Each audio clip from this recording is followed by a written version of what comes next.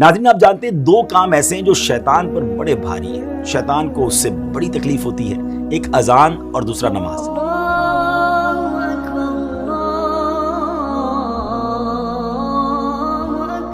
جی ہاں، جب اذان ہوتی ہے تو شیطان کئی میل دور بھاگ جاتا ہے اور نماز تو اس کی ناک رگڑوا دیتی ہے، مگر ایسا بدبخت جو نماز اور اذان سے اتنی تکلیف محسوس کرتا ہو، اس نے ایک بار ایک بزرگ ہستی کو نماز کے لیے جگایا۔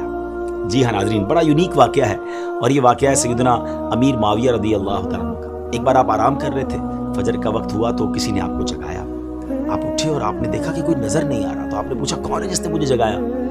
تو آواز آئی کہ میں شیطان ہوں۔ تو آپ نے کہا اے بدبخت، تیرا کام تو نماز قضا کروانا ہے، تیرا کام تو اللہ رسول کے کاموں سے دور کرنا ہے، تو نے مجھے نماز کے لیے کیسے جگایا؟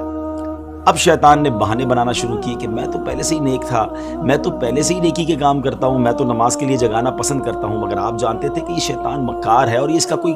خاص وار ہے۔ اللہ والے تو شیطان کے واروں کو پہچان لیتے ہیں، تو آپ نے فرمایا کہ مجھے سچ بتاؤ کہ تم نے مجھے کیوں جگایا؟ تو شیطان کہتا ہے کہ حضور بات یہ ہے کہ اگر آپ نماز کے لیے نہ اٹھتے تو مجھے معلوم ہے کہ آپ کو نماز سے کتنی محبت ہے، نماز قضا ہونے کی وجہ سے آپ خوب گریہ وزاری کرتے، اللہ کی بارگاہ میں خوب روتے، اور اللہ کریم آپ کی وہ گریہ وزاری کو قبول فرما کر آپ کو ایک نماز کا گناہ تو معاف فرماتا، مگر ہزاروں نمازوں کا ثواب بھی عطا فرما دیتا۔ تو میں نہیں چاہتا کہ آپ کو ہزاروں نمازوں کا ثواب ملے، اس لیے میں نے آپ کو جگا دیا، کیونکہ میں مسلمانوں کا خیر خواہ نہیں، اور میں نہیں چاہتا کہ مسلمانوں کو زیادہ نیکیاں مل سکیں۔ پیارے اسلامی بھائیو، بظاہر تو یہ ایک واقعہ ہے، لیکن ہمارے لیے اس میں بڑا درس ہے، کیونکہ شیطان پہلے تو ہمیں نیکیاں کرنے نہیں دیتا،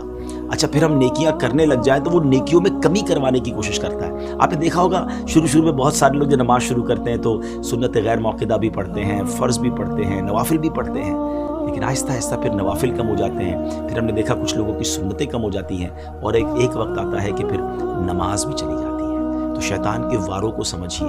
اول تو وہ نیکی کرنے نہیں دیتا، نیکی کرے تو ہم اس نیکی میں کمی لانے کی کوشش کرتا ہے، وہ بڑا مکار ہے، ہمیں شیطان کے واروں کو سمجھنا ہے۔ اب دیکھیں نا، کچھ ہی دن پہلے کی بات ہے کہ ماہ رمضان میں سارے ہی تقریباً نماز پڑھ رہے تھے، روزے ہو رہے تھے، عبادتیں ہو رہی تھیں، مگر کتنی بڑی تعداد ہے جو اب رمضان کے بعد مسجدوں میں نظر نہیں آ رہے۔ ایسا لگتا ہے نا کہ شیطان اپنے واروں میں کامیاب ہو گیا۔ اسٹرانگ بنیے، ہم رمضان میں بھی اللہ کے بندے ہیں، ہم رمضان کے بعد بھی رب کے بندے ہیں، نماز صرف رمضان میں تو فرض نہیں ہے نا۔ کتنی عجیب بات ہے کہ ایک چاند دیکھ کر ہم مسجد کو آباد کر دیتے ہیں، اور ایک چاند دیکھ کر ہم مسجد کو ویران کر دیتے ہیں۔ آئیے ایک بار پھر مسجد سے رابطہ جوڑیے، شیطان کے واروں میں نہ آئیے، بلکہ شیطان کو پریکٹیکلی جواب دیجیے کہ ہم شیطان کے نہیں، ہم رحمان کے بندے ہیں۔ اللہ کرے دل میں اتر جائے